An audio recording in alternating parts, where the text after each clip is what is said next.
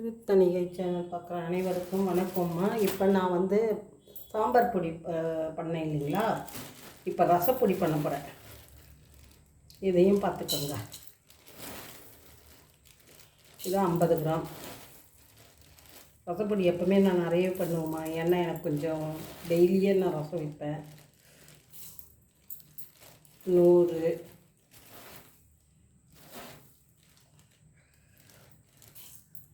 125 gram புரிஞ்சுதுங்களா?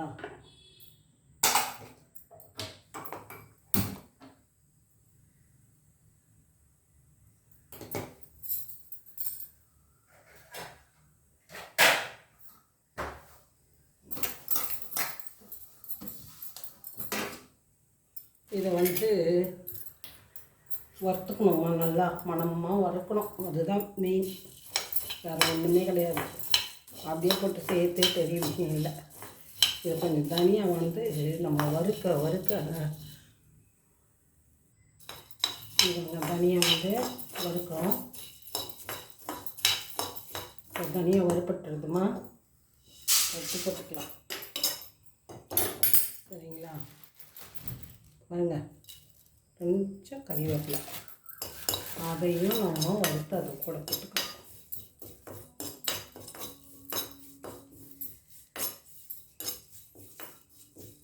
அது கொஞ்சம் இதுவானாலுமே போதும்.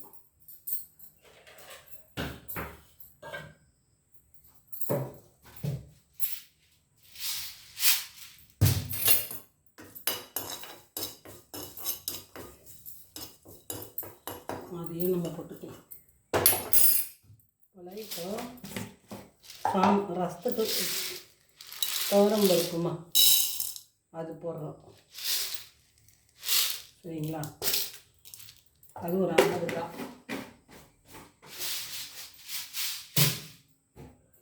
துவரம் பருப்பு ஒரு 50 கிராம் போட்டுக்கலாம்.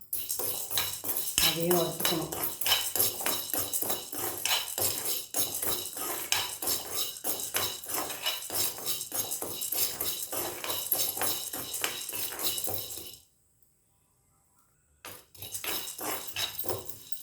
துவரம் பருப்பு வறுத்துட்டு அதையும் நம்ம போட்டுக்கலாம்.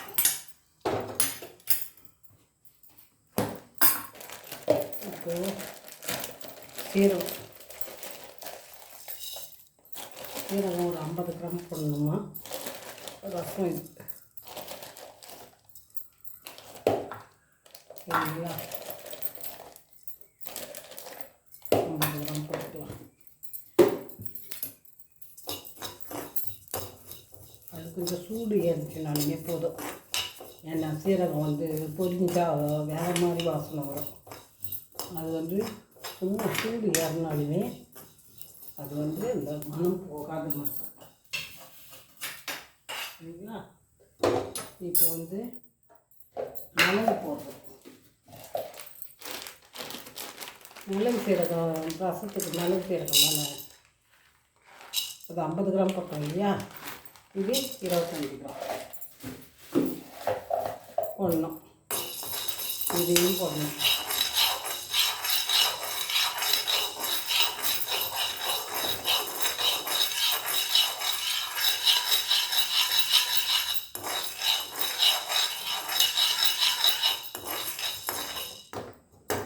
மிளகு சூடு எரிந்து அதையும் போட்டுக்கலாம்.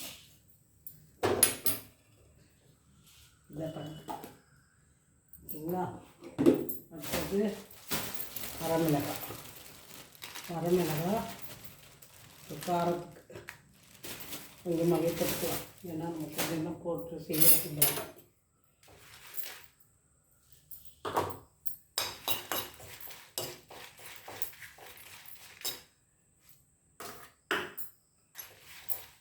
இது எதுனா தனியாக வந்து கொஞ்சம் நல்லா அரைப்படணும். பருப்பு வந்து கொஞ்சம் நேரத்துலேயே நல்லா இதுவாக பவுடர் ஆகிடும். அதனால தான் இதெல்லாம் தனித்தனியாக போடுறாங்க. இப்போ வரமிளகாயும் தனியாவையும் ஒன்றா போட்டோம்னா ரெண்டுத்தையும் ஒன்றா இது அரைப்படுறது கரெக்டாக இருக்கும். மிளகு சீரகம் தனித்தனியாக ரெண்டுத்தையும் ஒன்றா, இது ரெண்டும் நல்லா பவுடராக ஆகிடும் தனியாக.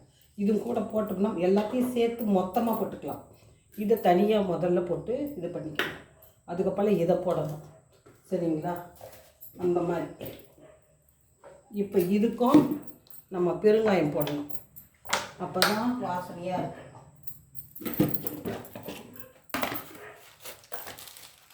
இதுக்கும் நம்ம இந்த அளவு பெருங்காயம் போட்டால் போதும்.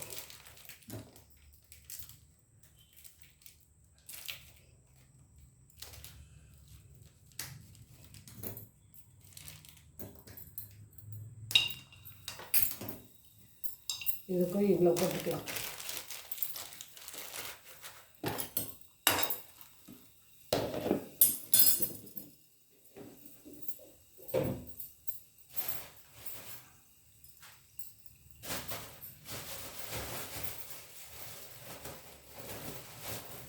அவ்வளோதாம்மா.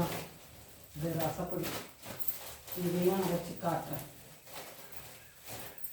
இந்த மாதிரி வீட்டில் செஞ்சு வச்சுக்கிட்டிங்கன்னா நமக்கு எல்லாத்துக்கும் ஈஸியாக இருக்கும். அவங்களுக்கு வேலைக்கு போகிறவங்களுக்கு நமக்கு பொடி பண்ணி வச்சுக்கினா மட்டும்தான் நமக்கு ஈஸியாக இருக்கும். அப்படியே அழகாக தக்காளியை போட்டால் பெசிஞ்சம்மா, புளியை போட்டு கரைச்சோம்மா, தூளை போட்டோம்மா, ரசம் முடிஞ்சு போச்சு. ஒவ்வொருத்தருக்கும் மிளகு உடச்சிக்கிட்டு இல்லை கடையில் நீ வாங்கிக்கிட்டு இப்போல்லாம் வீட்லேயே செஞ்சு விற்கிறாங்க வாசப்பூ போட்டு. அதுக்கெல்லாம் காசியாக நம்ம வேஸ்ட் பண்ணணும். மளிகை சாமான் வாங்குகிறோம் இல்லை, அதில் கொஞ்சம் கொஞ்சம் எடுத்து ஒரு நாள் கொஞ்சம் 1/2 hour நீங்கள் யூஸ் பண்ணிங்கன்னா போதும். டைம் எடுத்திங்கன்னா போதும். நல்லா அழகாக செஞ்சு பாட்டிலில் சேவ் பண்ணி வச்சுக்கலாம். நல்லது நமக்கு. நம்ம வந்து பொருளை நம்மளே பண்ணிக்கிறது எவ்வளோ நல்லது இல்லையா? நம்ம காரம் நம்ம உடம்புக்கு ஏற்ற மாதிரி பண்ணிக்கலாம். இப்போ வந்து நான் அரைச்சிட்டு இங்கே பாருங்கள், தனியா பொடி அரைச்சாச்சு. இதை பாருங்கள், இது எனக்கு 1 மாதம் வருமா. நான் இப்போ இதுக்கு எவ்வளோ செலவு பண்ணியிருக்கேன் பாருங்கள். 25 மிளகு, 50 கிராம் சீரகம், 150 தனியா, மிளகாய் கொஞ்சம், அவ்வளோதான். சரிங்களா? துவரம்பருப்பு இதுதான் நான் போட்டேன். எனக்கு 1 மாதத்துக்கு வரும். புரியுதுங்களா? இந்த மாதிரி செஞ்சு வச்சுக்கோங்க. நமக்கு நல்லாயிருக்கும், வாசனையாகவும் இருக்கும். நமக்கு ரொம்ப சீக்கிரம் வேலை ஆகும். கடையில் போய் எதுவும் வாங்க வேண்டாம். அதுக்கு தான் சொல்கிறேன். உங்களுக்கு பிடிச்சிருந்தால் லைக் பண்ணுங்கள், ஷேர் பண்ணுங்கள். நான் காட்டினேன் பார்த்தீங்களா, இந்த அளவுலேயே நீங்கள் போட்டு கொஞ்சமாக பண்ணி வச்சுக்கோங்க. சரிங்களா? உங்களுக்கு பிடிச்சிருந்தால் லைக் பண்ணுங்கள், ஷேர் பண்ணுங்கள். உங்களுக்கு சந்தேகம் இருந்தால் கமெண்ட்ஸில் கேளுங்க. தேங்க்யூம்மா.